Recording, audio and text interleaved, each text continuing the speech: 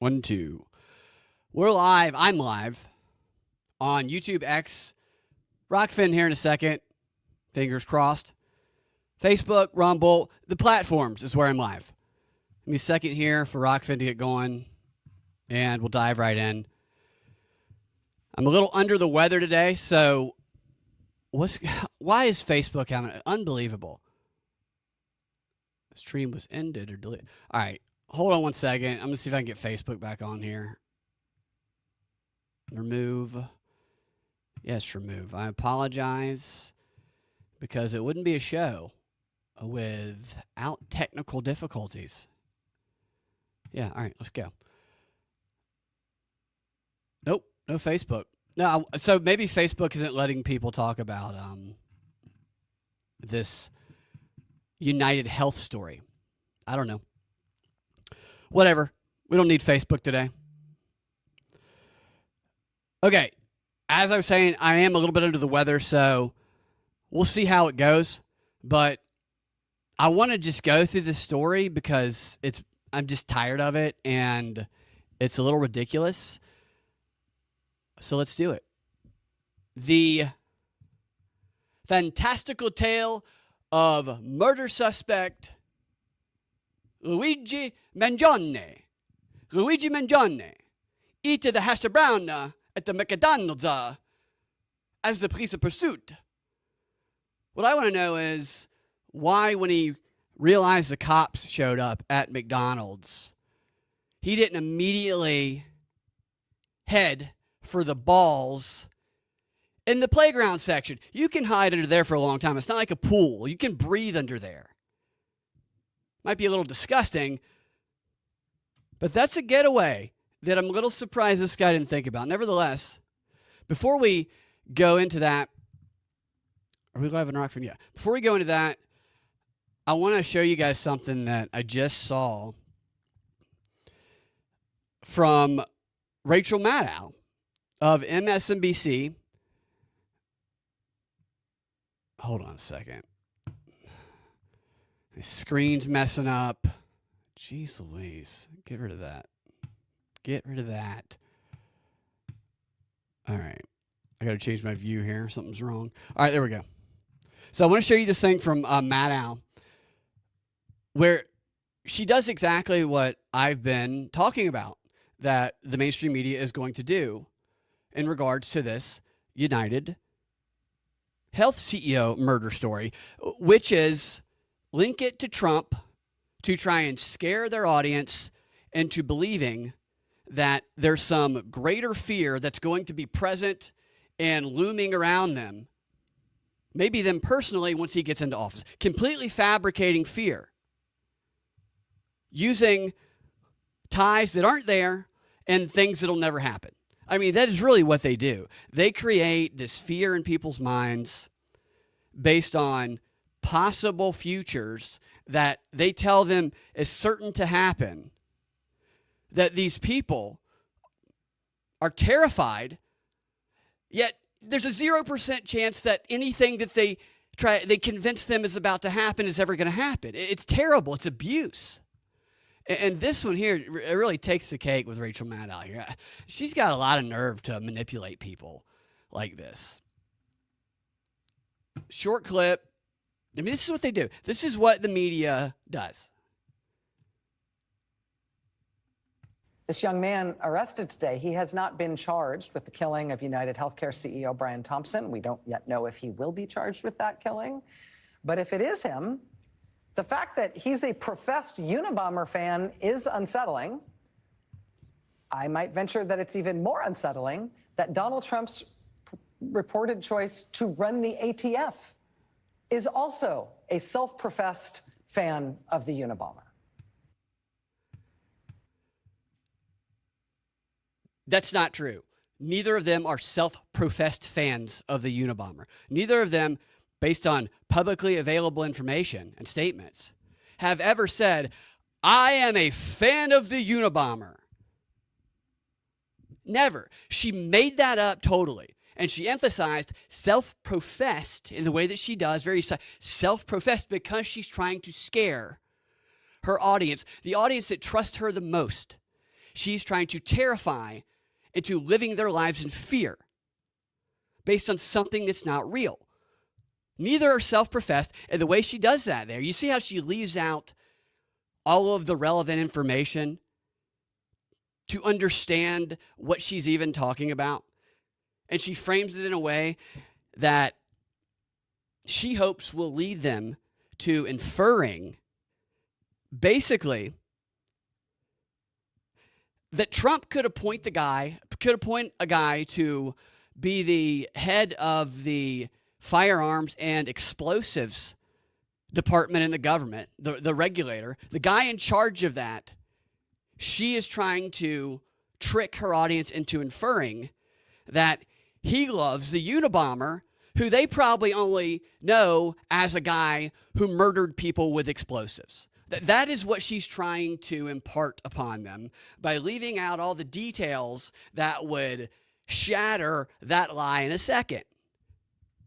That's how you lie without lying. That's lie by omission, strategic vagary, peppered in with a little bit of self-professed, which was never self-professed. Here's what she's talking about.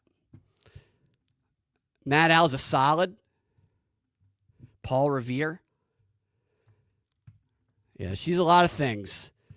She's an actress. Like I think the only way people like Rachel Maddow can live with themselves by doing this type of thing is either total psychopath or she treats her job the same way that I would treat an acting gig that I booked in a commercial or a film or something, where my job is to go play the role that I auditioned and got cast in. And if I play the role believably, then I did a good job. The difference is people watching that stuff know that the actors are pretending and it's not real. Maddow, people watching her who don't know she's full of it, think she's actually a journalist. I think maybe she just sees herself as an actress because she is actually an actress.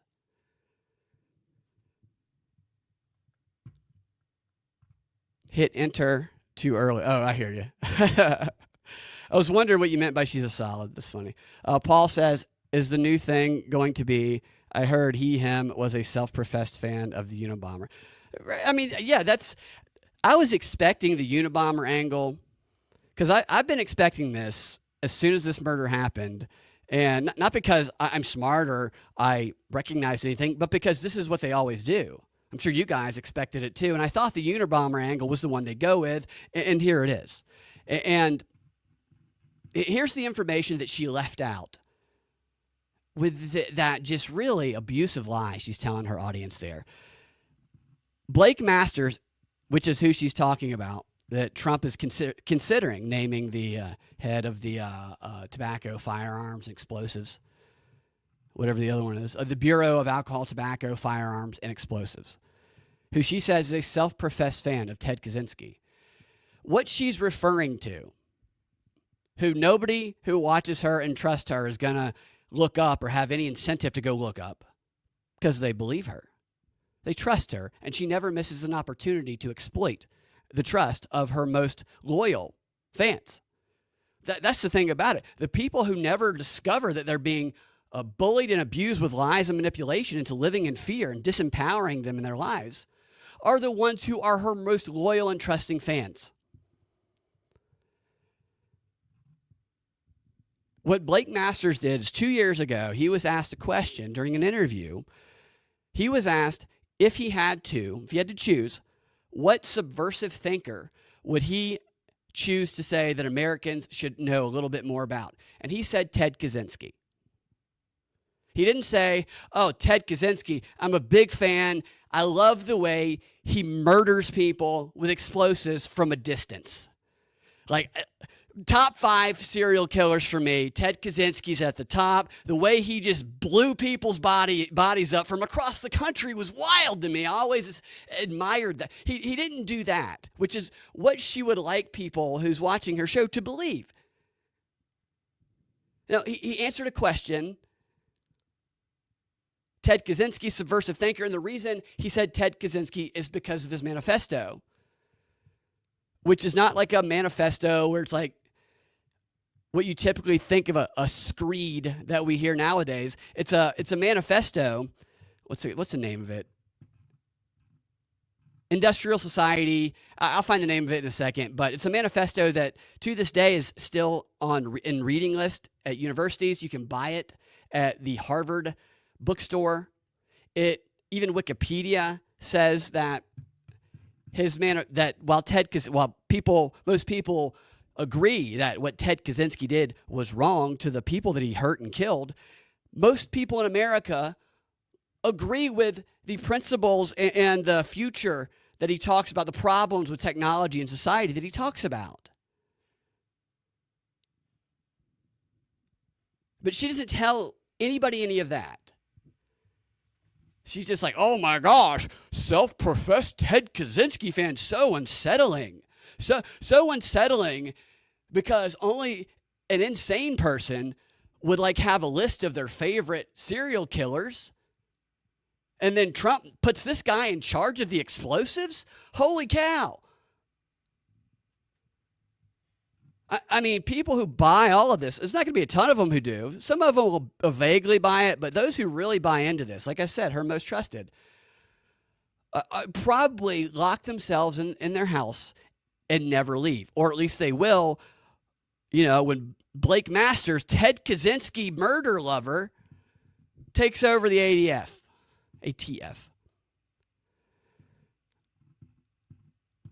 And in regards to Luigi, which she just wants to tie them together. So you have Blake Masters, who loves Kaczynski just like this presumed assassin, murderer of the United Health CEO. He just loves killers. He's just like a killer. Well, the reality about what Luigi's self-professed fanism of Ted Kaczynski is that you guys probably saw this, but he wrote a review of the book on, what was it? Goodreads, I think. Yeah, I think it's Goodreads. Yeah. So he left a review of the Unabomber's book, which is called, I know I have it here somewhere. Hold on one second. All right. Yeah, so what he said in his review, which, by the way, over 1,500 other people also reviewed Ted Kaczynski's book on Goodreads. Most of the reviews people gave were positive reviews. Luigi said that his predictions in the book were about technology were prescient, which is a common description of Ted Kaczynski's analysis and predictions about technology, which he wrote most of back in 1971. It was published finally in 1995. And when you read it today, you go, oh my gosh, very prescient. Probably one of the most common descriptions of what he wrote in his book. But she leaves that part out. She just wants people to think that they just love Kaczynski because of the murdering. And even Luigi, in his review, while saying Kaczynski is prescient and highly intelligent, he also says that, what did he say? Let me get his exact quote here. He also said that Kaczynski was rightfully imprisoned. It's actually it's a pretty good review of the book. It just pisses me off. He gave the book 4 out of 5 stars. She declares him a self-professed fan. He only gave the book 4 out of 5 stars.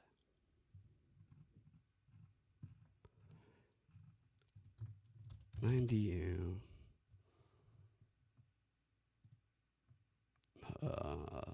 goodness. Society. Hold on.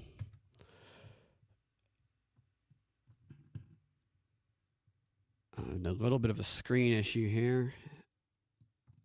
My goodness. Okay. So yeah, Rachel Maddow's a bitch. What she also left out about that book is that in it, Kaczynski says stuff like,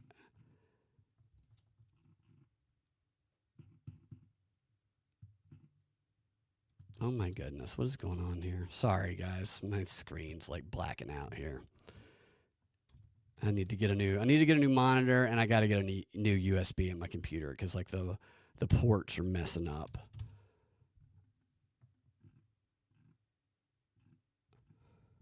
Okay.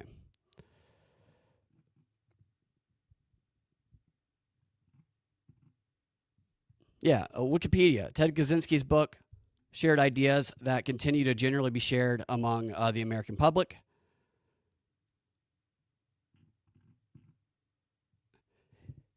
If she would have told her audience that, which of course she's not going to do that because the whole purpose that she said it vaguely is to try and tie it to Trump to scare the hell out of him. Is there any chance that they would have felt unsettled by the fact that Trump might be appointing Blake Masters? No. Maybe for other reasons that she might, lie to them about, but certainly not because of any connection with loving explosive murder and being just like Luigi. In fact, if they did find out later the reality about Ted Kaczynski, they might actually read the book and might actually learn something, and they might have their eyes open to the fact that their hero, Rachel Maddow, has been emotionally abusing them and exploiting their trust every chance she can get. Not for them, not to uplift them, but to keep them locked in, terrified, and relying on her to get their view of reality and to know what to do when Trump comes in. I mean, she is creating this idea of a dark, dark reality looming, certain doom that's coming, maybe even personally for them if they are publicly outspoken, or maybe an activist, or maybe an old grandmother who's 75 years old, who, again, I say this a lot, I literally met a grandmother who's 75 years old who has a list of places she said she was considering fleeing to, with Canada at the top if Trump wins, because she's terrified that Trump is going to round her up. That's abuse. Who's not telling this grandma, come on, he's not going after the 75-year-olds. But people like Rachel Maddow build their career up, build their bottom line up, build their star up based on keeping people like that down and manipulating them. All for her own personal gain. What a bitch. The older Rachel Maddow gets, the more she looks like the man that Stephen Colbert used to be. And the older Stephen Colbert gets, the more he looks like the woman that Rachel Maddow used to be. I don't know which is which at this point. You throw in Chris Hayes, then my mind's boggled. Get her off the screen. I can't even. She looks like she went to the tanning bed a little bit there on that image there. All right.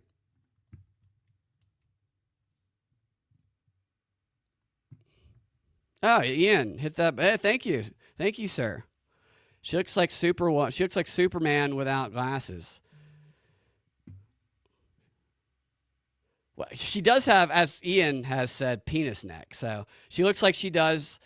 Have you ever seen Mike Tyson prepare for a boxing match, where he just like does these like crazy neck thickening exercises? I feel like Rachel Maddow maybe trains her neck with Mike Tyson. Maybe she'll fight Jake Paul next. There you go. Ian says a 3-page manifesto from an Ivy League. Doesn't. No, it doesn't. So this is the only reason I want to talk about this. I'm really tired of the story. So here's what the story actually reminds me of. It reminds me of a scene from Die Hard 3, Die Hard with a Vengeance, where John McClane, who's been running around New York City the entire movie up until this point, trying to prevent the city from getting blown up by the villain, Simon, who a lot of people don't realize is Hans Gruber's older brother. McClane's running around trying to solve all these little puzzles with Samuel L. Jackson. Cops are everywhere. Everybody's focused on all of that. Solve the puzzle, prevent the explosion. At least he thinks. And there's a moment in that movie when amongst all the chaos, McClane spots a kid stealing something. And in that moment, he has a realization. I'll play the clip for you. And this clip is what this Luigi Mangione, or whatever the hell his name is, story makes me think about.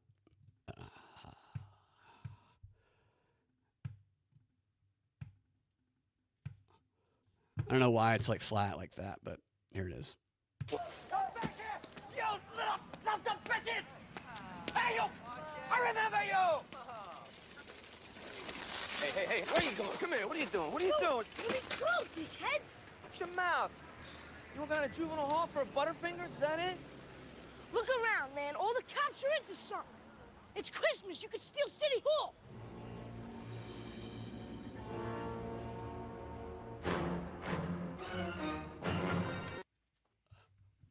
It's Christmas. You can steal City Hall. All the cops are into something. The light bulb goes off in McClane's head. He's like, I've been running around. It's all been a distraction the whole time, so they could get to the Federal Reserve and steal all the money.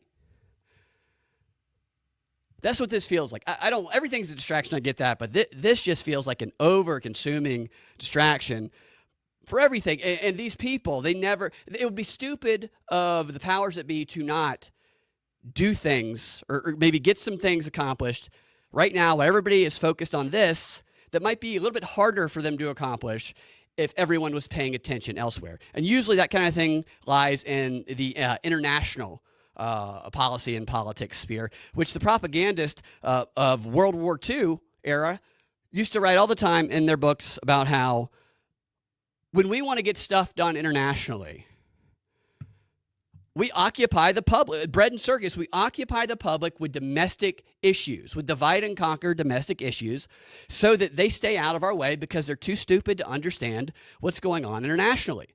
And we don't want them meddling in it and annoying us. We just want to get stuff done. I have a few examples at the end of the show, if we get to it, that I'll show you that I pulled out of just a couple things in the news that I didn't hear anything about until I went and actively searched for stuff. But going to this, how do you say this guy's last name? I want to just call him Luigi, but I feel so stupid just calling him Luigi. That's his name. I'm just going to go through this story kind of the way that I was thinking about it, just chronologically, but with an emphasis on how every piece of information we've been told since the start of the story has been more ridiculous than the previous. And just when you think it reaches peak ridiculousness, your mind is boggled by the next level up of ridiculous bullshit. No, I mean, so many.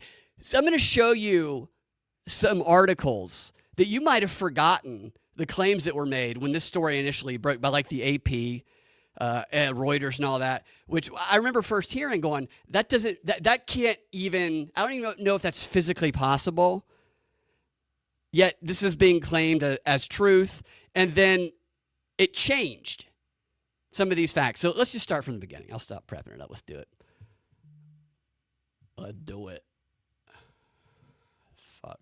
And I haven't checked the latest updates on this story, honestly. So if there are any, then you guys can let me know in the chats. All right. Where is my starting point? Where is my starting point? You guys like my Italian accent? Do I sound like a Luigi? All right, here we go. The story of Luigi Mangione, the accused United Health shooter. As I said, it's reached the realm of fantastical, it seems to me. And start from the beginning. He rides to town. The guy decides, I'm going to go, that he's going to go murder somebody. And he rides to town to New York City on a Greyhound bus from Atlanta. Greyhound bus from Atlanta to New York City. a 21-hour ride. That's a 21-hour bus ride. An experience that someone who I know who's taken that bus ride many years ago, and I remember it vividly, the way they were describing it to me, an experience that my friend called the worst of his life, the most uncomfortable thing he's ever gone through, and something he'll never do again. An experience that you would think, this 21-hour, horribly uncomfortable bus ride in really not good conditions, that would seemingly not be so great on the back of someone who, for his entire life, has had chronic back pain that has led him to the point of believing that the pain is so bad and he's been so wronged by the health insurance or around his back that he's going to go kill somebody for it. I would think your back would want to be in good shape when you show up for the murder. You might have to run. You might have to get on an e-bike nobody ever finds again. It's 21 hours just killing his back. Only to go up to New York to stay in a hostel. A hostel. Look at the hostel. I don't remember the name of it. But if you look at the hostel that he stays in, it shows the bed. It's like bunks, almost like a dorm, but with more people. The beds look like they're, paper thin. I mean, it looks like you'd be more comfortable sleeping on like a thumbtack or something with these beds here. It looks like prison. And he was in this hostel for 6 days, sleeping on this awful bed that probably feels, you can tell by looking at it, probably feels like one of those fold-out couches from the 90s, like a bar in the middle of it, just no back support whatsoever. Kills his back for 20 hours. He would have been better off folding himself up into a FedEx package and just mailing himself up to the hostel. That way he could have gotten there faster, and then he could have just killed his back when he got to the hostel. So dude who's doing all of this because of back pain starts his journey by doing things that are the worst possible things he could do for his back pain. It's a little weird. Not to mention, the dude is ripped. The dude is not just ripped like, oh, I don't work out and I'm thin type thing. The dude is, you work out 5 days a week, hardcore, ripped. I mean, not just a six-pack. He's in great shape. That is, you aren't built like that unless you're hitting the gym frequently and hard. Now, I don't know what his pain consistency was like, if it went away and came back, but we're told that he suffered so much pain due to the spine problems he's had his whole life that he can't even have sex. Which sucks for him because he's going to be getting a lot of love letters and potentially conjugal visits when he goes to prison. But they say he can't even have sex, yet he can work out as intensely as one would have to work out to be in as good of shape that he is in. Nothing about this guy indicates back problems. I know he had a friend that said that he had it, and I know that's not always present, but he certainly looked to be moving pretty swiftly to me when he was throwing himself up against a brick wall when the police were bringing him in for his initial arraignment. It's just everything about the story feels like the opposite. Moving forward, not only was he in a hostel, he had two or three other people in that hostel with him, right, for 6 days. They never saw his face.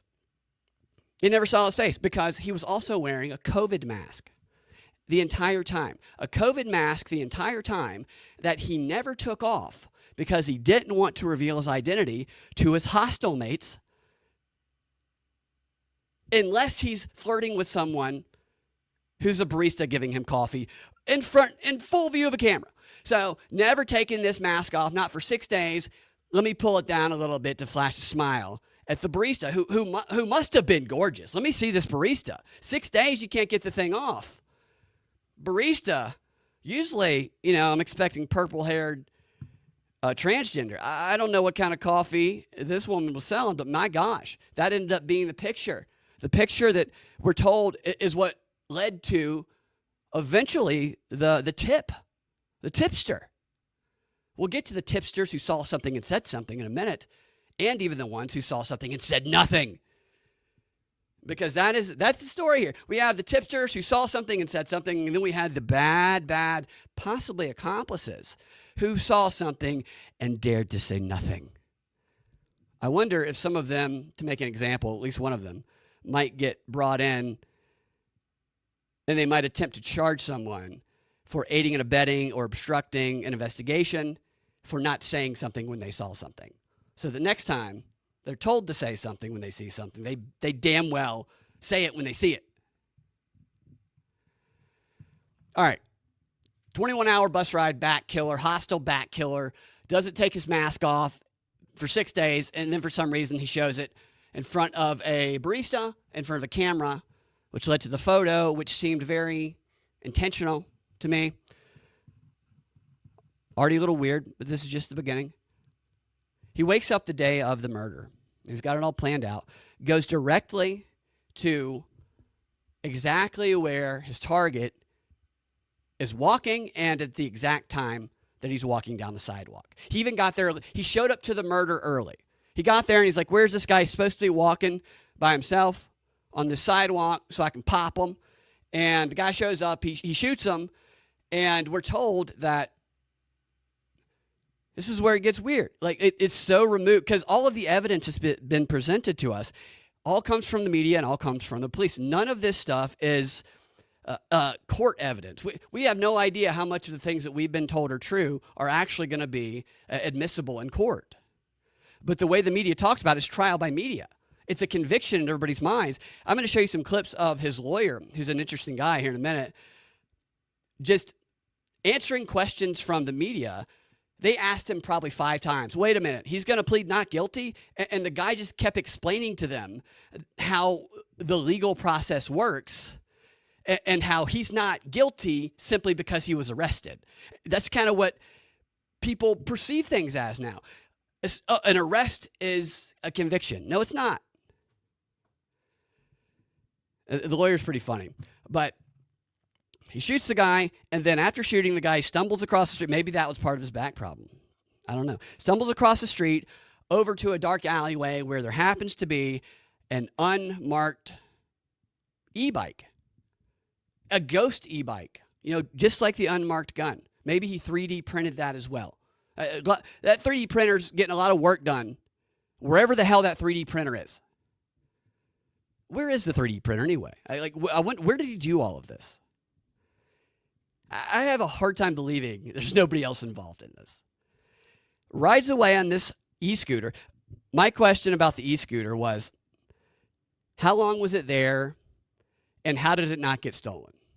Because any bicycle in New York City that is not trackable is going to be stolen in under 5 minutes. I had a bike when I lived in Chicago for about 10 minutes. It was locked up. I went up to my apartment. I came down, gone. There's no way that bike is sitting there for any extended period of time. And there's no evidence that we're told anyway of him showing up on it. Maybe he did. I wonder if somebody put it there for him. Gets on the bike, heads to Central Park, where he makes his escape.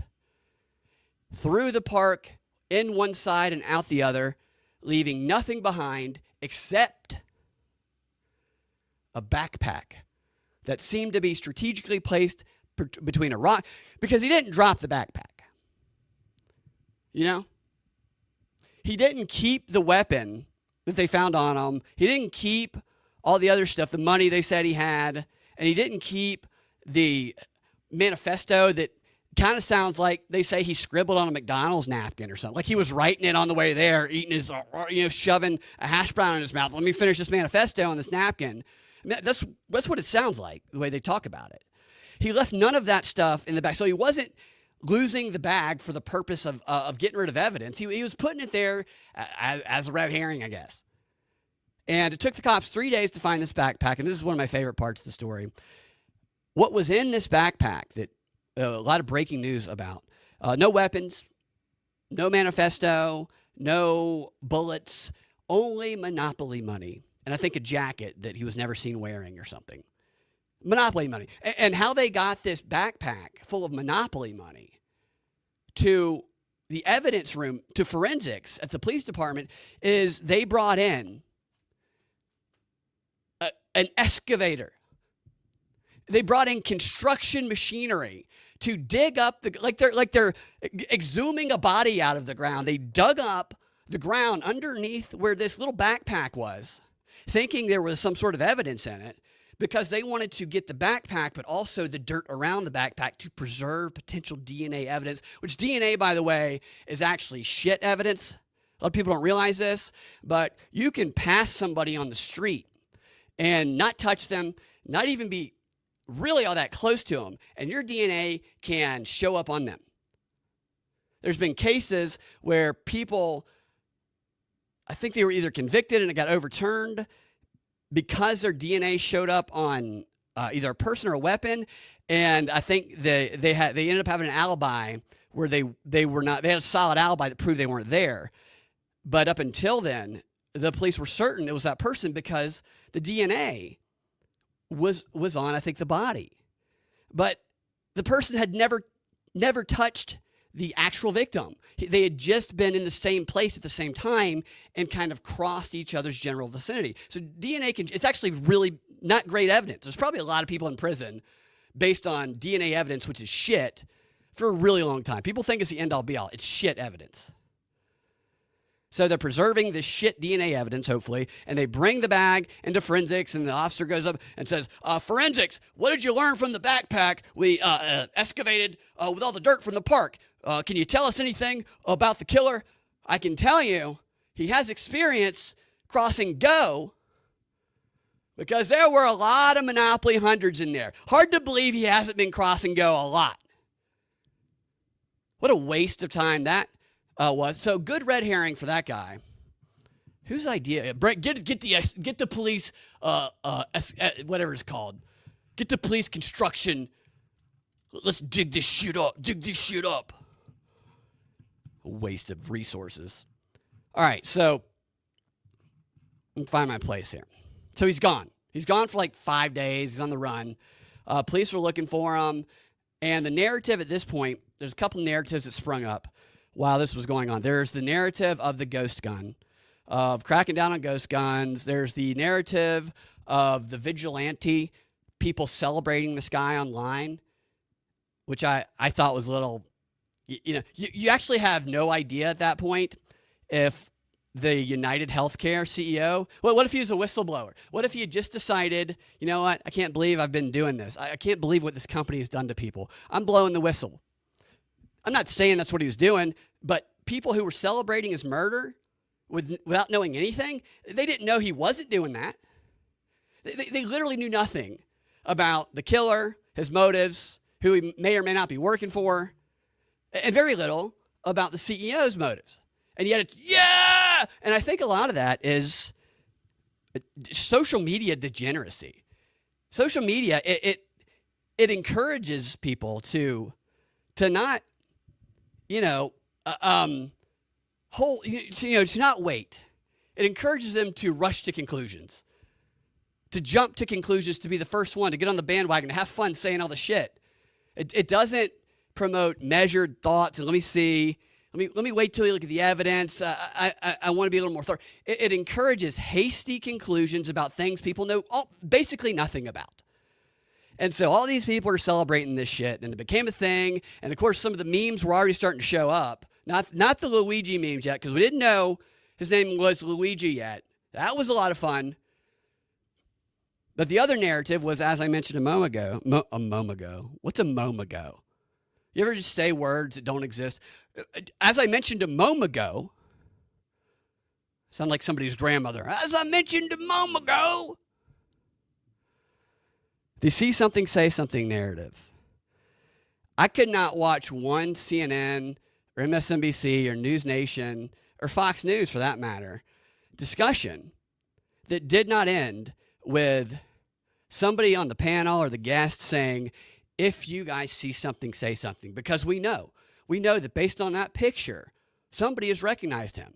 And actually many people, and they've chosen not to call us. And that's not good because he could be a threat. We really, really, really encourage you to say something if you see something. And this is when a narrative popped up about online sleuths, there's a number of these online sleuths who police have come in and train police on how to find digital evidence, who they sometimes use to help them find people. These online sleuths, some of them were saying that they refused to help because of this narrative that they want to celebrate the murder of the CEO because they associate him with the health insurance business, which is awful. There's no doubt it's awful, but they're refusing to help.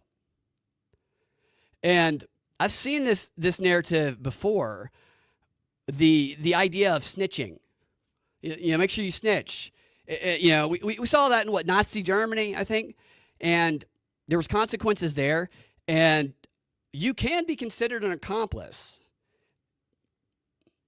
based on how far you're seeing something and not saying something went, which I wonder about his family, because there's no way his family didn't recognize him. I can't imagine his mom and dad, people who know him, seeing that photo and thinking, who's that guy? Unless, of course, we're not even dealing with the person who was actually there. I don't know. There's been a number of photos. They look kind of like different people sometimes. People can look different in different light. I know a lot of people don't even think this is the guy. I've considered the possibility that the CEO faked his death. I don't know. Here's the thing about people faking their deaths. It happens. There's a history of it happening. There was a story the other day of a guy who, instead of divorcing his wife, he faked his death and moved to another country. And then for some reason made a video announcing that he was alive again. That's really the only way to ever find out about a fake death. Because everybody's going to be like, that's crazy. He didn't fake his death. I think Jeffrey Epstein might have faked his death, personally. So, I don't know. I don't know about the theories about what happened. I really have no idea about that. Just these stories they're telling us. Oh, shit. My favorite part. I forgot to talk about my favorite part of this. Let me see the comments, and we're going to talk about the bullets. I have props. You see that's a bullet right there. It's a 38 special bullet.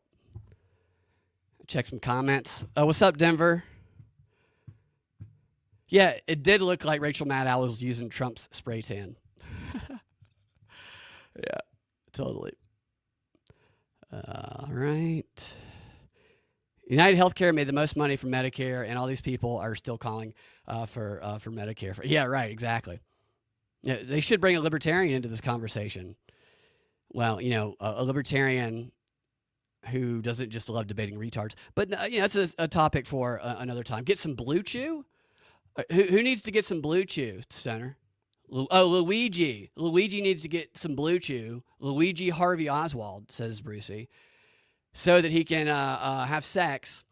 I don't know if he can't get it up or if it's just because of the back pain. I can't imagine it's the back pain. I mean, the dude rode 21 hours on a Greyhound, slept in a hostel, threw himself up against a brick wall, and evaded police for a week. It just really doesn't seem like he's that held back by his back injury. But I don't want to judge that because I know that can be. Back pain is awful. Ian says, which celebrity will star as Luigi in the movie? That guy in Cobra Kai, the one that Johnny started training in the beginning. What's his name? Luis. If he lost some of the baby fat and bulked up a little bit, he might be able to pull it off. Zac Efron. Zac Efron. He might have the bod for it, or maybe used to. He might be a little too old now. Because this guy's 26, but he looks a little bit younger. And here's the thing about this guy. His family is super wealthy. I can't find an exact number about how much money they have, but they've owned like 20 radio stations. They've donated millions of dollars to multiple causes. They're called royalty. And where do they live? Baltimore, maybe? And he went to private schools as a kid that cost like $30,000 a year. Everything about this family is wealth. They even, I think they owned not home health care. They owned like nursing homes. So they profited off of health insurance decisions. It's odd. It's odd because the guy by all accounts, what we're told is having the perfect life. The perfect young man, had a great education, was the valedictorian at his all-boys school, 2 college degrees, one from an Ivy League school, has a great job in tech, and everybody loves him, never shown any sign of violence, wanting to commit violence, and then all of a sudden disappears six months ago. Gone. To the point of where his mom put out file a missing report for him, like in San Francisco, I think last month. Gone. Abruptly gone. Some people say that sounds like activated. I don't know. It's all very strange. Some people think he's a patsy, Medicare, Manchurian candidate. What's up, Steve? That chick in Juneau, who's a dude. Yeah, you're right, Stoner. They should have, what's that freaking dude chick's name? Elliot Page. Yeah, have Elliot Page play this guy. Oh, my God. And Zach, I was thinking about you when they said, so they claimed that the manifesto that he scribbled, the very short manifesto, that he said, kind of admitted to it, if he did write it, that he said on there that this was, he figured out this information. I'm assuming what he was saying when he said, I did this through social engineering and like computer hacking or some shit. I don't know if he said hacking, but it sounded to me like he claimed in the letter, or whoever wrote the letter claimed or implied that he found out where the guy was going to be at the time he was going to be there by social engineering through email or some other shit. Does that sound? I don't know if you read it, Zach, but does that sound like it lines up to you when he was talking about social engineering and using his tech skills? I got tech skills. Well, good news for him, by the way, not to sidetrack too much before we get to the bullets, is if there is a silver lining to this. Before all of this happened, he had like just 700 followers on X. As of earlier today, he has well over 360,000. So while he may be in prison, he's now qualified to monetize on X. Going to be getting that Tiffany Fong money in prison. And I'm not even kidding. He could have somebody tweet shit out from his account and he could make bank because he's such a figure now. I mean, there's people who are obsessed with him. There's people who started a bunch of GoFundMes to try and raise money for his legal defense, despite the fact that his family is super wealthy. People were raising money for his legal defense, and GoFundMe kept shutting it down, which I'm sure they're probably getting the same treatment that the person who called the police for McDonald's, or the McDonald's where the person who worked there called the police, because that McDonald's started getting hit with, what's got a term for it? Just like loads and loads of people writing Yelp reviews about them, saying that there's a lot of rats inside that McDonald's. This McDonald's, it's too loud, it's too noisy. The people there don't know how to keep their mouth shut. All these, like, there's a bunch of reviews like that, 1-star reviews, that got their like total rating up like down to 1. I don't know, maybe it was close to down to 1 anyway. But I'm sure they went over and started harassing GoFundMe also. These people who know nothing about the actual truth about any of this, just harassing people. And there's no word yet on if the person who called the cops got the $50,000 reward. But they might need it because this army of idiots harassing the McDonald's might try to kill them for all they know. And they're going to need to hire a little bit of private security for the next few weeks. All right, the bullets, my favorite part of this stupid-ass story. The dude kills the guy using bullets that apparently had words written on them. A 4-letter word or a 6-letter word. 3 words, 2 of them 6 letters, 1 of them 4. One of them was depose. Is it depose? Yeah, deny, defend, or depose. Now, let me show you this. This is how stupid the media is. What's your first thought, by the way, when you hear there were words on the bullet? This bullet right here is bigger. It's wider in circumference, and it's if you can see my finger there, it's about the bullets that he allegedly used are probably about maybe 70% the size of this bullet here. Maybe a little bit more, a little bit bigger than that, but this one's bigger than that. I was looking at this, trying to figure out what I would do if I wanted to get some words on there. And what the media told us initially, I remember hearing this going, what? Are they kidding? Here's what they said. I'm going to show it to you just because I wouldn't believe it if somebody told me they said this. All right, you see here this headline from The Independent? 3 cryptic words were carved into bullets used to kill United. He carved a 4 or 6 letter word into a bullet this size. What did he carve it with? What, did he use a pocket knife? He used his key? He carved it? How do you write a headline like that and not go, is this even possible? Can anybody here carve this bullet for me so we can see if this thing we're about to put in our headline is actually even possible? And why the effort? I mean, you're carving. You got to go to a specialist with a special machine. But that's okay because it turns out that it wasn't carved. This is wrong. Because we learned from another headline, the AP, the prestigious AP. As you can see here, there he is. There's that. There's Luigi. This is the dumbest one.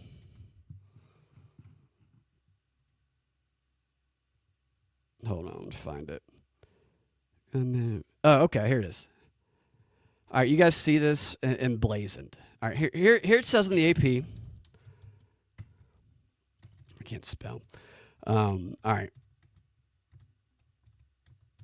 Damn it. So I'm trying to highlight it for you guys so you can see it. I can't see very well right now. Okay, it says under this first picture here on the AP, it says 2 law enforcement officers say a masked gunman who stalked and killed the leader of one of the largest U.S. health insurance companies on a Manhattan sidewalk used ammunition emblazoned with the words deny, defend, and depose. Emblazoned.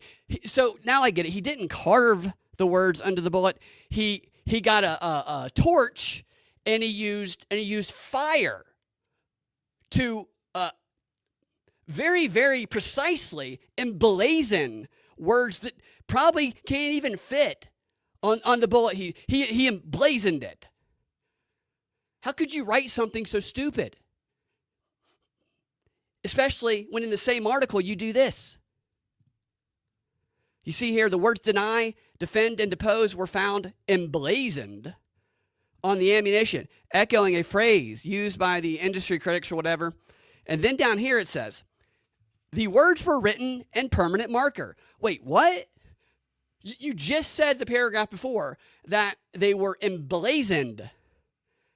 This is a writer who uses the words emblazoned and written in permanent marker interchangeably. If you write on your hand in permanent marker, you can write a word, a readable word. If you emblazon a word on your hand, you'll get 3rd-degree burns. Okay, this is the AP. And I was actually wrong when I said it was one writer who doesn't know what the word emblazoned means or the difference between using like a blowtorch or something and using a permanent marker, because it was actually, as you can see here, it was 3 writers. It was 3 AP writers. It was 3 dumb shits at the AP, Jake Offernartz, Michael Balismo, and Michael Sizik, who worked together on this very important article, passed it around, said, is it okay? And they said, yeah, I'm glad you changed up emblazoned by just going to your thesaurus and finding written in permanent marker. What's going on with the bullets? Show me the bullets. Show me what's written on them. I don't believe that story. Here's kind of what I was thinking about that. I don't think these words can fit on the bullets that unless there's some specialized machine. I kind of wonder if something went wrong, because this is a weird part of it. It was very intentional, this thing where we found the bullet casings that had the word on it, because that was the initial thing that really highlighted what they said his motive was, at least spoke to his motive. Anger with the insurance companies, and they connected it to that book, sort of. It almost feels like the words were supposed to be the words that were the title of the book, which I can't remember right now, but they were a little bit different. Unless the deny, defend, depose thing is some deep cut that, fast forward to now where he's like, now I'm going to deny that I did it. I'm going to have my lawyer defend me, and then we're going to go to deposition. I mean, if he's just doing a very, strict lawyer terms there, which doesn't make all that much sense, I'm wondering if something else was supposed to be left at the scene that had those words on it that was easier to find, and it wasn't there or something when cops showed up or whoever. I don't know if there's a conspiracy afoot here, but it's just weird. It just feels like there was supposed to, that was put there intentionally. And we don't even know if for all we know, the shooter might deny that he did that. Who knows? We're being told by the cops this happened. So none of this is in court evidence. I should say that again. It might all be made up. But if there's truth to it, then they wanted to direct our thinking about this case with that. And I feel like a mistake was made, and something a little more tangible and a little more clear didn't happen. And they were like, oh, just say they were emblazoned, written in permanent marker, or sketched onto the bullets. Yeah, okay, let's do that. Call the AP. I want to see the bullets. Has anybody seen the bullets? I haven't. I want to see the e-bike. What happened to the disappearing e-bike that they just stopped talking about, by the way? Nobody mentions the e-bike anymore. The ghost bike. Also, what assassin would not be weird as far as individual or situations? You mean how he's smiling and hanging out and shit? It's not the title of the book. The title of the book's different. The title of the book is also 3 words, but those 3 words are different words. They have the same, I think they all start with the same letter, but it's not the same words. What's up, Sam? Whole story smells like yesterday's fish. It does. It really does. So does that guy after riding 21 hours on a Greyhound bus from Atlanta to New York and then spending 6 days in a hostel. Also smells like yesterday's fish. The advancement in cardboard and Sharpie technology. Yeah, that's what I was thinking. I have some Sharpies. This is my small. This is a tiny little Sharpie. This is a regular Sharpie. This isn't like a thin point. But I was trying to see if I could write anything intelligible on this bullet. I've not been able to. So then I got a blowtorch. I tried to sketch or blazon. Failed. Sketching, couldn't do anything there either. It's just such an odd detail. Facts maybe will come out that make a little more sense that they're holding back right now.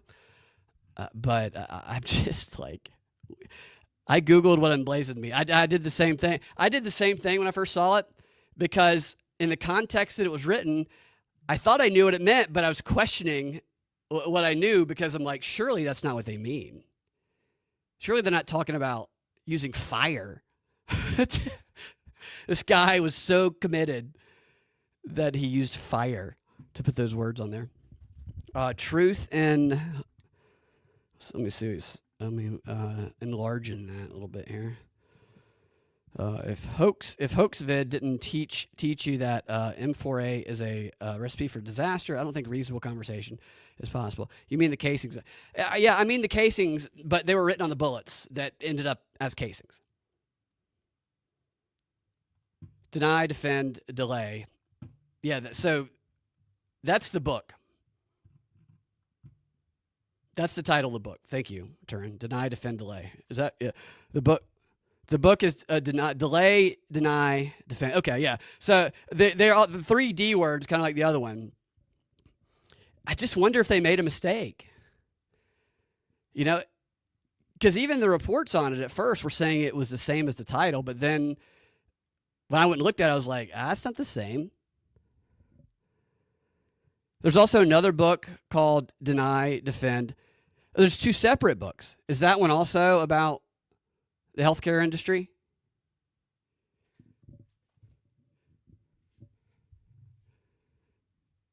Yeah, it's interesting. I hadn't seen that second book. First one's insurance company. The later is a fiction about courtroom drama. Wow. We might get the best of both of those here. Unfortunately, though, there's no cameras allowed in the courtroom for this trial. I think it's a state law there, I believe. They were engraved. Yeah. Hey, could you engrave these? I'd like to get this engraving done. Like, oh, for your wife? Or, no, I'm about to murder somebody, and I just want it to be special. Triple D's. Yeah, triple D's. Totally. What's up, JC? Thin point. Yeah. Mego says, the delay, deny, defend. I don't know. At one point, one of my friends called me and was like, I heard on Fox News that the reason that he killed the guy is because his insurance company rejected his trans surgery. And I was like, I don't think that's it. I think you might have misheard. I was hoping that was, the reason. I wasn't hoping. I shouldn't say that. But I think somebody was joking, and he thought they were serious. All right, hold on. There's more weird shit to this. Don't you guys wonder about the e-bike? How could it disappear? He went to the train station, right? Or the bus station, or wherever he went through Central Park. You would think that the e-bike took him most of the way there, since they saw him go all the way through the park with it. What's going on with that? All right.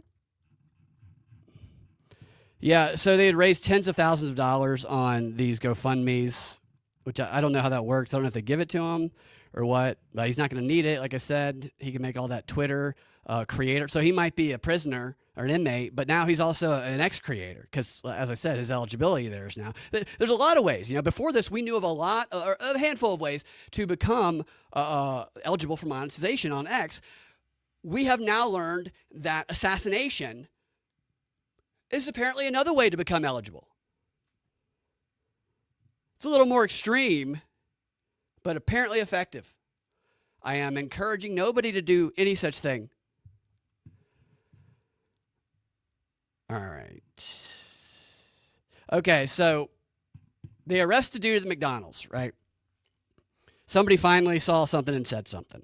It's McDonald's employee saw something, said something. And the dude's eating a hash brown, just shoving a hash brown in his face. When the cops arrive, doesn't take the opportunity to dive in the balls and hide. They say he's shaking when they go up to him, and he's got his backpack on him, and he's got apparently a gun that looks like a ghost gun. It's got the silencer on it.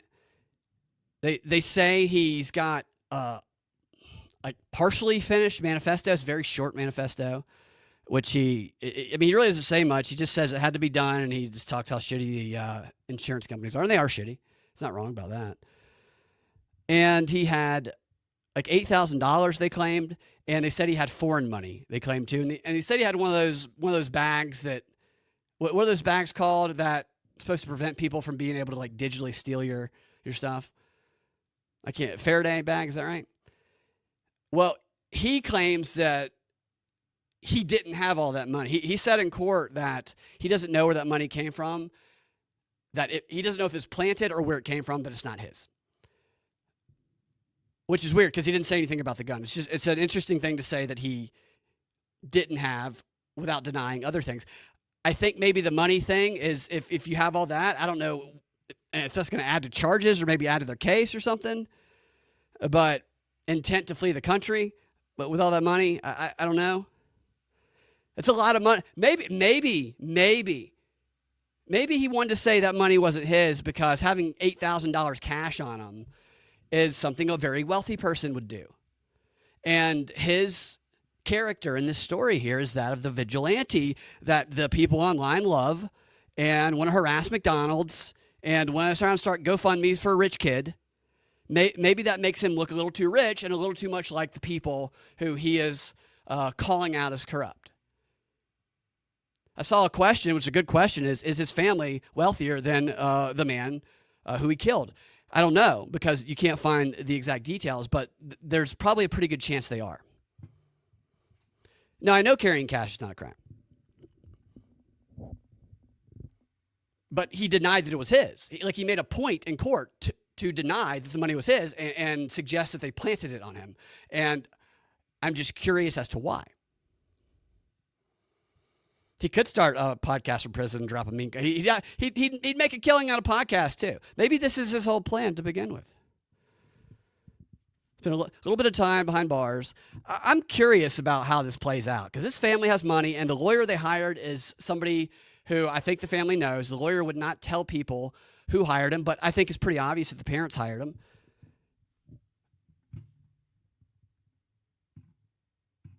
All right, hold on one second. I'm going to play you guys some clips.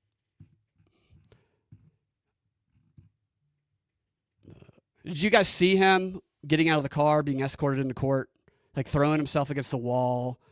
I don't know what he was yelling, something like, "This is an insult." Originally, they said he's going to fight extradition,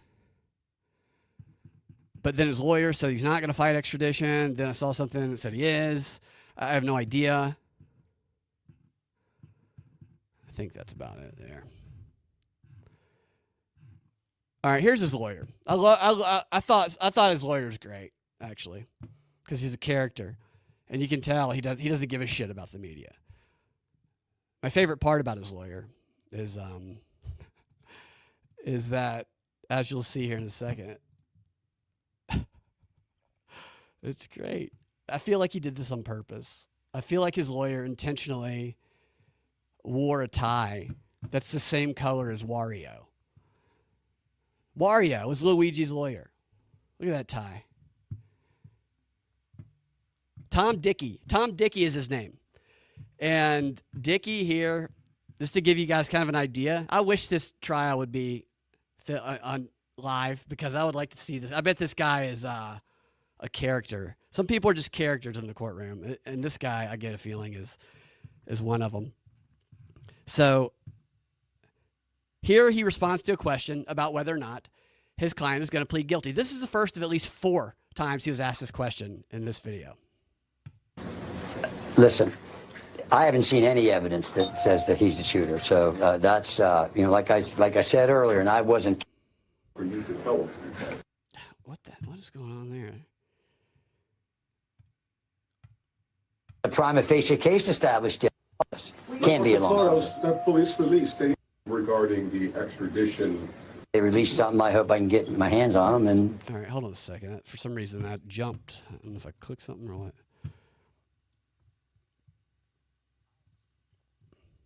All right, there you go. seen any evidence that says that he's the shooter. So that's, like I said earlier, and I wasn't kidding around. A couple of things. If you're going to report something, report it accurately. And remember, and this is not just a small thing, the fundamental concept of American justice is a presumption of innocence, and until you're proven guilty beyond a reasonable doubt. And I've seen 0 evidence at this point. And so I'm not even aware of what any charges. Amen to that. I 100% agree. And it's really interesting to see this room full of reporters continue to press him on if he's going to plead not guilty. They're shocked that he's even considering that and that he says there's no evidence, because this guy's thinking from a standpoint of what's admissible in court, while all the media seems to think that they have the power to determine whether or not someone's guilty or not before someone even gets to trial. It's called trial by media. There's a Netflix documentary on it a few years ago. The Olympic Park bomber in Atlanta back in the day, I can't even think of his name right now, but I remember my first year in law school, I think it was my criminal law teacher asked us what we thought the name was of the Olympic Park bomber, and like everybody thought that the person who was wrongfully basically convicted by the media was the guy. And I think Eric Rudolph was the one who actually did it. They found him a few years later. Like nobody knew his name. They couldn't remember because the media had like created that image of this guilty guy who turned out to not be guilty, whose life got ruined by the AJC in Atlanta, by CNN, who he sued. And the guy ended up dying pretty young of a heart attack. And it's awful. He was trying to save people in that situation, but the media said, this guy's it, and they fucked him. And so the presumption, like, this guy's good. This guy's a lawyer who he comes off to me as somebody who knows what he's doing. All right, that's just regarding the extradition request from... Well, the only hearing today was the extradition, so we're going to take one step at a time. It's a long process. Can't be a long process. The photos that police released, the NYPD release of him. I'm sorry? The photos the NYPD release of your client. I don't have any control over what the NYPD... So this guy just met the guy like a few hours before this. Turnin says if he wanted to fight the extradition battle, he should have fled to Israel and converted. Yeah, that would have been definitely harder to get him back. He could have used that $8,000 he said wasn't his, and some of that foreign money he said wasn't his, to get over there. Richard Jewell is the guy's name who was wrongfully accused. And the AJC, you're right, Zach, they've never apologized to this day. It's messed up, man. And there's no doubt, like, they've ruined his life.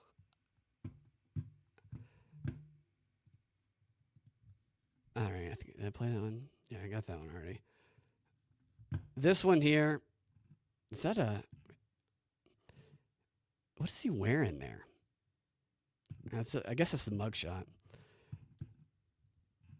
All right, in this clip, I think this is the one where they ask him about the COVID mask.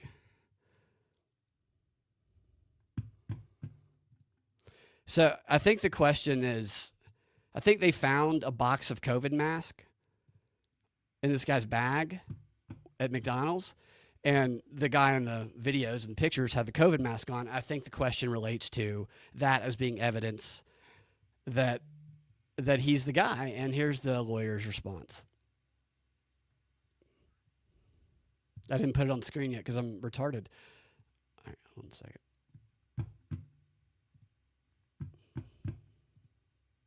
That some of the cash that was found on him was planted, or he didn't know what it was to do with. Can you speak to that at all? I can't because I wasn't at that proceeding. Is your client being held in solitary confinement? I can't comment on that. I do not know. What is the procedure in the next couple of days? Hold on, I moved it to the wrong thing when I messed up there. All right. Earlier, All right, there you go. Yeah, you talked about the masks possibly being related to coronavirus. Could you elaborate on that? Well, I don't know where you all are from, but I still see people wearing masks. They say numerous masks. A lot of times when you buy masks, you got to buy them. You know, they don't. I guess you can buy them individually, but every time I bought them, they come in boxes. So I don't know. All I can tell you, that's not a crime. It's not a crime. Did your client indicate to you that the reason? I love that because now it's like he's got to be a mask wearer. So it's like you're a guy who's always worn COVID mask. That's probably what his lawyer's telling him. You're like a black lady in the produce section of Kroger. You've always got a mask on, unless you're flirting with a barista again. So he's got to be a mask wearing COVID guy now. I would not ever indicate anything that he indicated to me. I can't get into that. Like, is he worried? Well, you know, I'm not going to speculate on that, but like I said, use your common sense. If you were. If you're in jail and you're just arrested for murder, for I think second-degree murder is what they charge him with, is he worried at all? Is he concerned?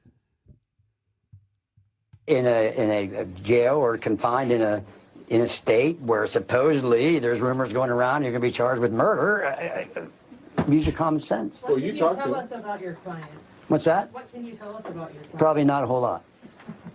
What were your first impressions of him whenever you met with him or spoke with him for the first time? I'm not like the airplane movie said, hey, give us your impression. And the guy says, I don't do impressions. So I wasn't looking for impressions. What I was trying to do I love that he quotes airplane to these jackasses. was form a bond with my client. I want him to trust me. and I want him to be confident that I'm here for him. And I feel that I'm very pleased how that went. How about his mental parents? and his physical health? Excuse me, ladies first. I'm sorry. Old Dick's letting the ladies go first.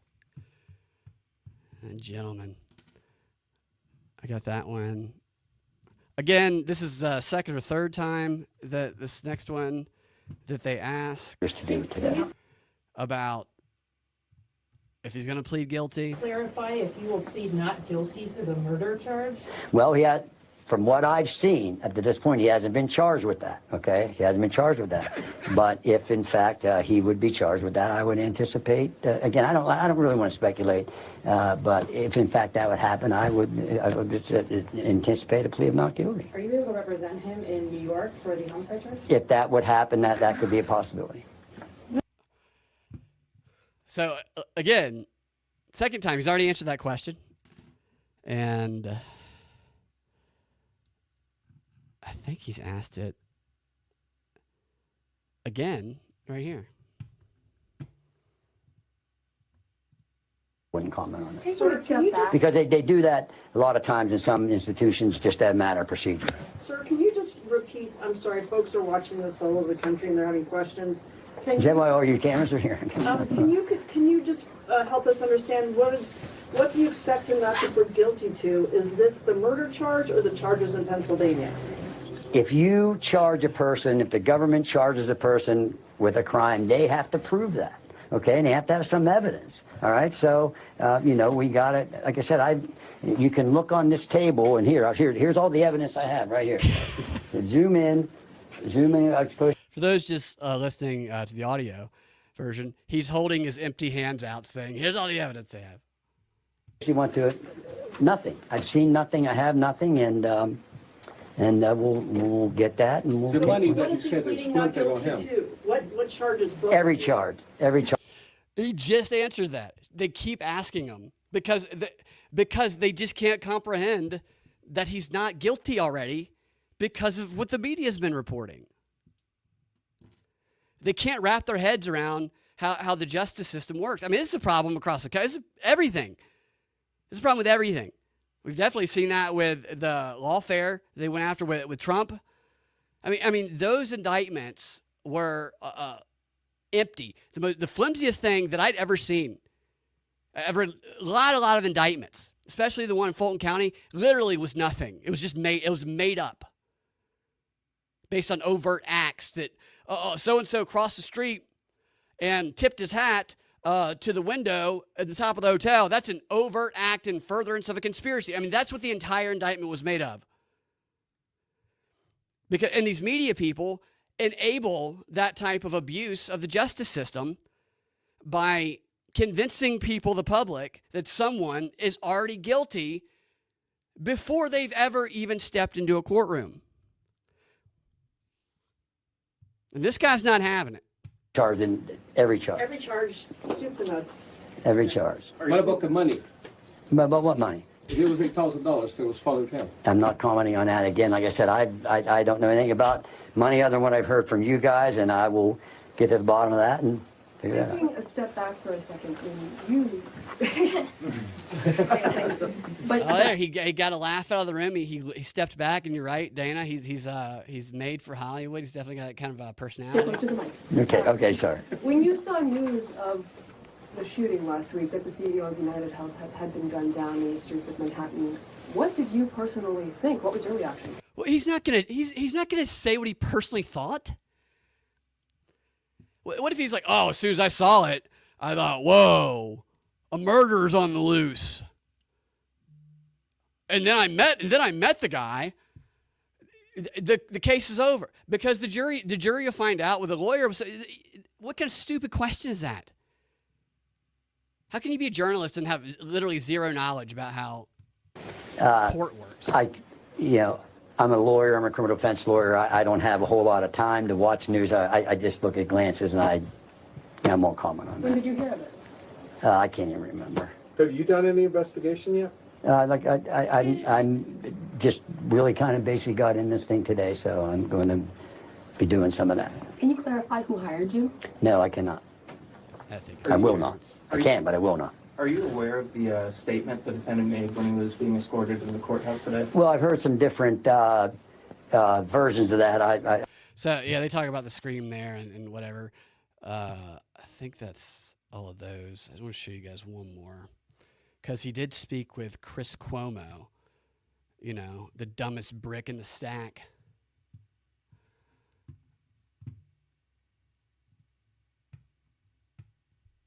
And he's a little looser with Chris. I mean, he's already loose, but even I think a little bit even feistier with Chris Cuomo. This will be a fun guy to watch throughout this.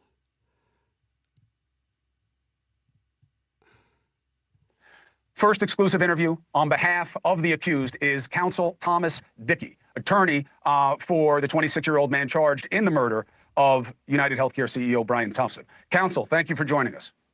And thank you, Chris. Off screen. So your client had an opportunity to say you got the wrong guy, never did. He apologizes in his manifesto for the pain he has caused. He hasn't admitted to writing that manifesto. Chris Cuomo's a lawyer. He should know better. He gave voice to his motivation today in front of the cameras, and yet am I correct that you believe you don't think he did it? Well, Chris, one thing I always liked about watching you is you're a lawyer, okay? So I don't know if you've done much criminal work or not, but my client hasn't faced any actual criminal charges from New York yet. So he hasn't had an opportunity to make any plea. My anticipation is going to be when, and if that happens, he's going to plead not guilty. I mean, we've seen no evidence. We've seen nothing. And I was reminding people today about, you talk about America a little bit and what some wonderful things about this country, and particularly in the criminal justice system, and that's the presumption of innocence. Yep. And I don't want people to jump to, these prejudgment things, because nobody would ever want that if they. You never hear the mainstream media ever say the presumption of innocence. They never talk about it. This is the most important principle in our justice system. Never, ever uttered by the mainstream media, ever. They were accused, or one of their loved ones were accused. And was the big hearing today, I haven't seen any evidence yet. I don't even know if this is him or whatever. So we're going to test those waters and give the government a chance to bring some evidence forward. Do the job. Let me ask you something. In terms of developing why he would not be responsible, what understanding do you have about this quiet period that this guy had where nobody could get in touch with him after his surgery, where people were worried about him, that led his family to report him missing? What do you know about that period? I know nothing about that, Chris, so I wouldn't comment on that, and I would only be speculating, and I don't even know what's out there. You know, it's easy to formulate a narrative about what happened and see this guy as this, see the guy who is arrested as the guy in the image here shooting the guy. But that's only because of the other images, the barista images, and they tell us that that's the same person.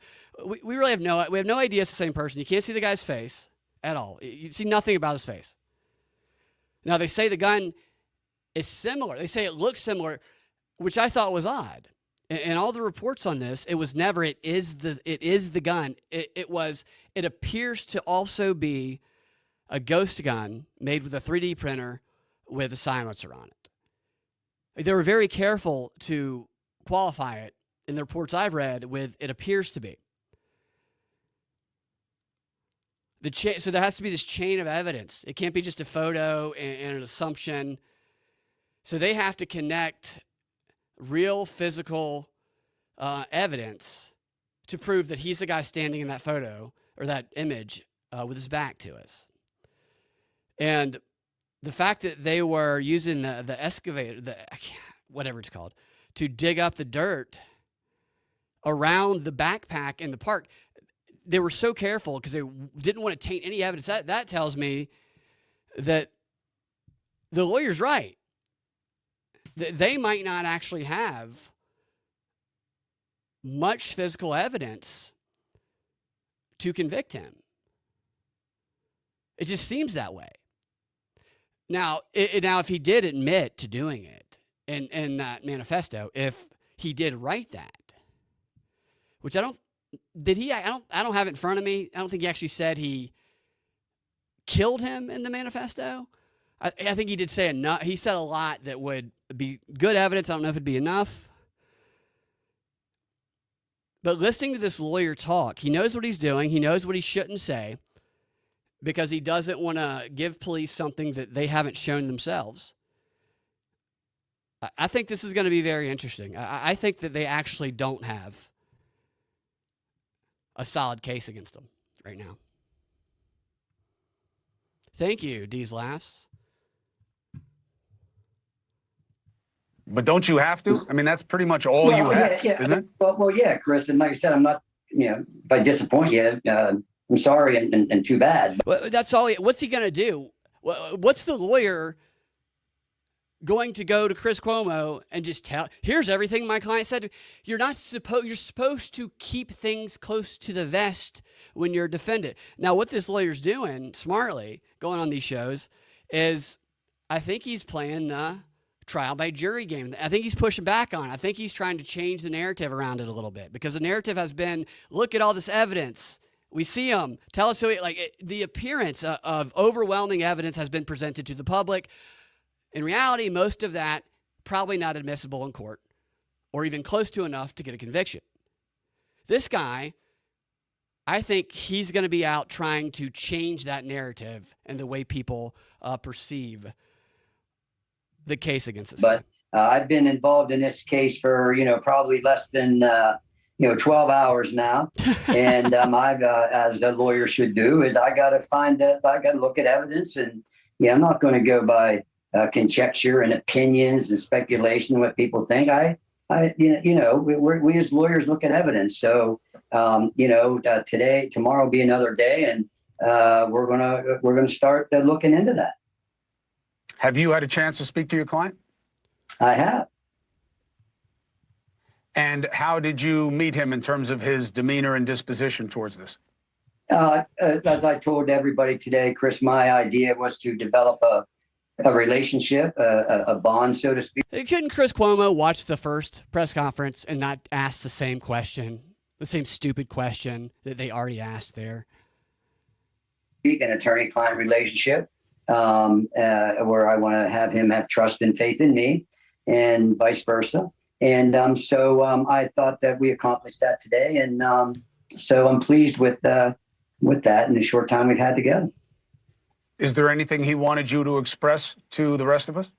Yes, anal glands. Not really. And if you did, Chris, you're familiar with the attorney-client privilege, and I can't talk and I won't talk about anything. That's why I asked you. That's why I asked you, did he ask you to express anything to the rest of us? Not, did he tell you a secret that you feel like sharing? Well, no, if you asked me what he asked me, that is a conversation we've had, and I think that's attorney-client privilege, and I'm not going to. Of course, I don't know, with the expectation that they're going to actually get any information from his defense lawyer is retarded. Yeah, that would require journalism, which they don't like to. Cuomo definitely doesn't do that. So you said, Turnin, if he had done a better job of OPSEC, so what? That's is that intel gathering? I can't remember what that stands for. What does OPSEC stand for again? Some sort of intel gathering, right? He said if he did more of that, they shouldn't even be able to match the ballistics even after recovering the gun. Yeah, I think there's more here than, there's definitely more here than meets the eye. And with a very wealthy family and a lawyer who certainly seems to be seasoned, I think that this could get pretty interesting. Operational security. Interesting. All right. Enough of that. Yeah. Yeah, we'll see. We'll see how that plays out. I think his family's pretty powerful, so I don't know. I don't know if he's a MK Ultra. I don't know what the hell it is. But the 6-month disappearance, and they say after a surgery, but now I'm hearing after a surgery, and that makes it even stranger that he would get on a bus ride for 21 hours in the most uncomfortable of bus rides, which is a Greyhound, and then sleep in the most uncomfortable of beds in a hostel. I know it's to avoid the cameras and not leave a trail of evidence, but If you can't even have sex because of the pain in your back, how are you able to really, unless he just took a bunch of pain pills and sucked it up? Links to Mossad? Good question. I don't know. I haven't done like an archival research on this guy yet. What's crazy is that his Twitter. I brought up Twitter already, but they initially did what they always do. They took his Twitter down, and because Dana, you had sent me his link, and I clicked on it, it was gone. And then a couple hours later, it's back. He's got over 360,000. I'm like, what's going on? Why is his Twitter profile allowed to be there? That they never do that. What's going on with this shit? Thank you, these laughs. Check out the interview on the Cascade Effect I did with Jake yesterday. Very interesting stuff about what certainly appears to be a police cover-up of what looks like a not self-defense, as police called it, officer-involved shooting of an older man. And it's really interesting stuff. Check it out. All right. I think that's all I got on that. Sorry, it's a little scattered. I need to go. I'm a little, as I said, under the weather. I'm going to have Forrest Mommy is going to be joining us on Thursday. We're going to talk about some stuff that the communists are going to be trying to do at your and my town and everybody's town around the country, while MAGA and Trump and Republicans are focused nationally celebrating their victory. While their guard's down, they're going to go try and capture places that can be captured, and they're going to change their strategy a little bit. It's really interesting Bolshevik type shit that we're going to talk about. So I was going to show you guys one more thing. Thank you, Groby, before I get out of here.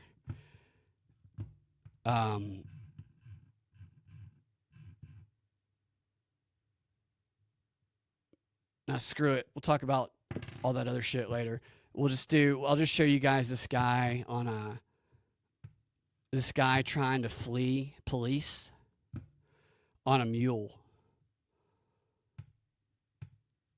Which I kind of wonder if what police originally thought was an e-bike that the guy escaped on, maybe it actually was the dinosaur from Yoshi. Maybe it was Yoshi disguising himself as an e-bike, and he shed the e-bike costume, flew away. And that would explain why we haven't found him yet, that Luigi was riding away on Yoshi and not actually an e-bike. Fuck is there. This is pissing me off. All right, here we go. This dude's making a break for it in a parking lot. Get off the horse there! I love that. I love the beginning where the cop screams, "Get off the horse now." Get off the horse there! He's trying to pull him off.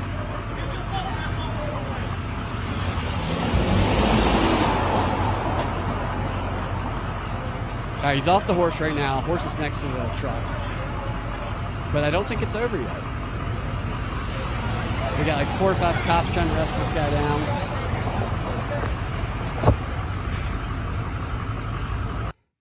Oh, well, that's not the right one. That's not fun. Where's the horse guy? Here, we'll try this one. Get off the horse there! Damn, that's the wrong one.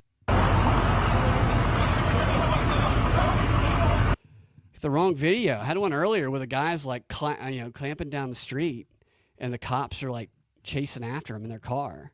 Apparently, this is the second time this has happened to this guy. He's fled police on horse twice. What is this?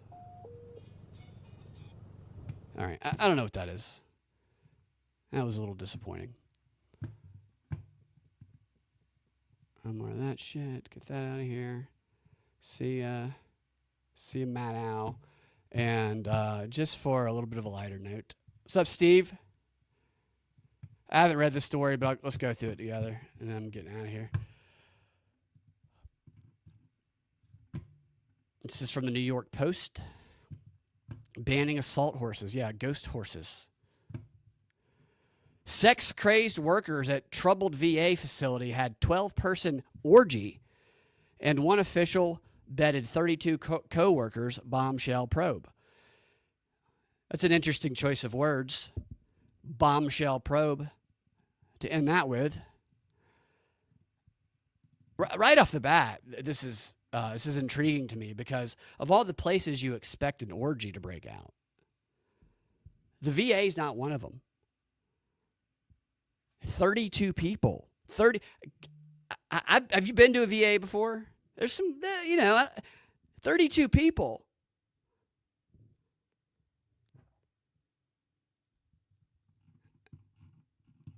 I don't know how. I'd like to see who these 32 people are.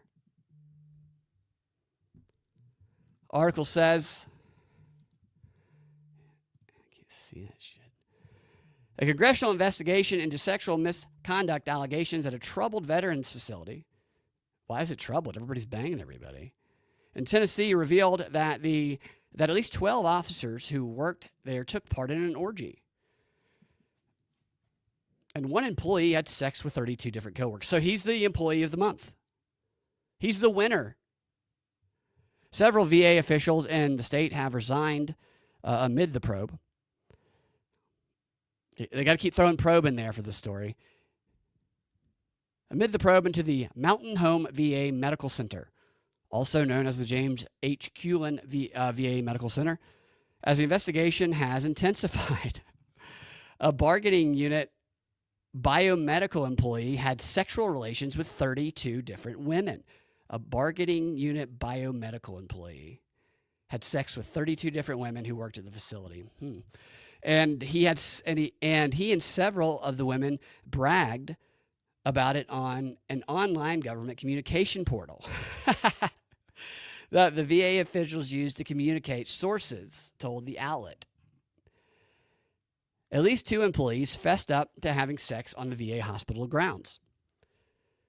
12 staffers also engaged in an orgy together, which said it was not yet clear if it took place on government property. So what's it matter if it did not take place there? And was the guy who had sex with 32 coworkers involved in the orgy, and did he count all 12 of those people to his 32 number? It would be surprising to me if the dude banging 32 people is not at all involved in the orgy.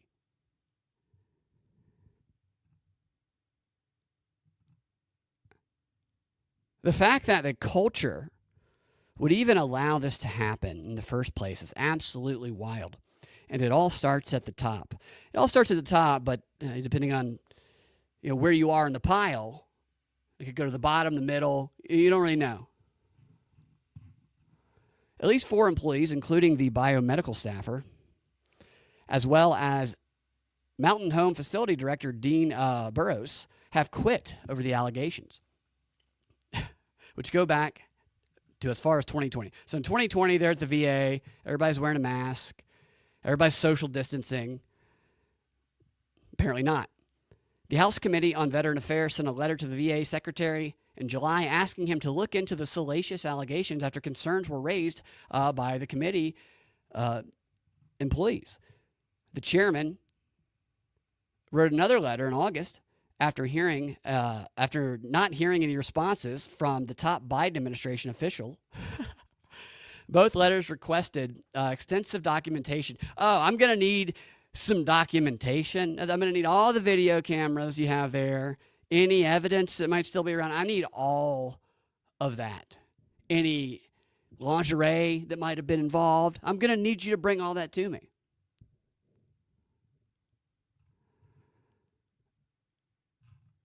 Here's the facility right there. There's the emergency room, entry room, where you're at an emergency. You're at a facility that has an emergency room, and you got 12 people having orgy sex in there during COVID. Come on. Because you got to do that in an open room, I would think. You can't just pick one hospital room and close the door. That's got to be in plain sight That's probably in the waiting room. Since July, both said whistleblowers. Now, is that an orgy? Oh, whistleblower. Okay. Sorry, a little confusion. Have been in communication with committee staff and provided further details on allegations and information regarding additional allegations of sexual harassment, sexual assault, and improper and personal relationships at the Mountain home. Okay, so maybe some people weren't getting enough attention during the 12-person pile-on, decided to throw some allegations out there. The new information is extremely disturbing and leads the committee to believe there may be a serious cultural problem. Oh, does it? Is that what it leads them to believe? I wonder why. Representative from Tennessee, this is a congresswoman, they've expressed their voiced their concerns or support. The allegations of sexual harassment and sexual assault at the VA Medical Center and Mountain Home are serious and disgusting. I have to see some pictures before I agree with that. And American taxpayers deserve thorough and immediate answers from the Inspector General's ongoing investigation. This is not the first time the VA has been subject of a scandal under the Biden-Harris administration. And any responsible parties must be held accountable. Nobody's having orgy sex in the VA emergency room when I'm president. The probe could come to an end under Donald Trump's new pick to lead the VA, Doug Collins. He's from Georgia. The department has more than 370 healthcare employees on staff, 370,000, excuse me, and is tasked with providing a range of services. Yeah. That's it. That's we don't get any conclusion to this. I have to say that the VA isn't always great. Often, from my understanding, a lot of long wait times, not necessarily the best care. Might be a little bit of preoccupation going on here.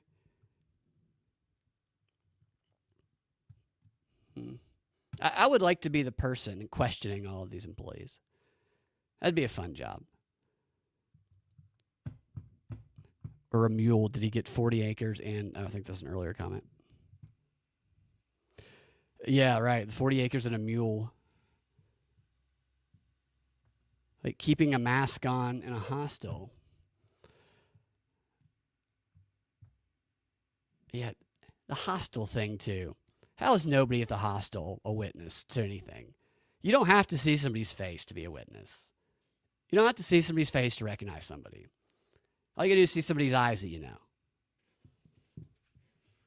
You can see the way they walk. Gay sex at the Capitol. VA. Orgies, trannies, stealing luggage.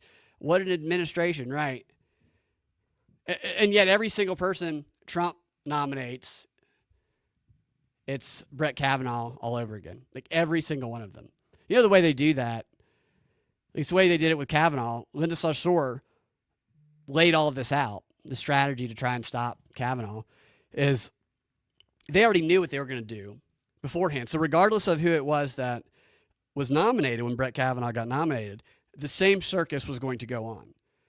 What the activist groups do is they have these networks of people all across the country, and they put out like a call for anybody who grew up around or might have met in passing, and maybe was younger, went to college for a year with, or lived a couple miles away. Anybody who might be able to say they had an experience where they were assaulted. And so they get people on the ready for whoever is going to be the pick, and then they just bring in the person who they've put those feelers out with and identified. It's sleazy as fuck. That Ford chick, Blasey Ford, she was so full of shit. Don't get me wrong, Kavanaugh, they're really good at this. They're really good at portraying somebody in a plausible way. I could see Kavanaugh standing in line for a gangbang and talking about boofing, which he had a different understanding of the term than I think most people thought. But none of the witnesses were credible at all. They just smear people. It's all propaganda. It's all information war. It's all brainwashing, and it's all manipulative, abusive bullshit. Just like Rachel Maddow does to her most trusted viewers. And I'll wrap up right there where I began. Thank you guys for watching, for hanging out. I'm going to go take a nap, I think. And I'll be back tomorrow with Forest Mommy and Ian. And we're going to talk about some interesting stuff. We will talk to you guys next time. Have a fantastic rest of your day. Mike Davis says, mask mandatory at the VA, condoms optional. See y'all later.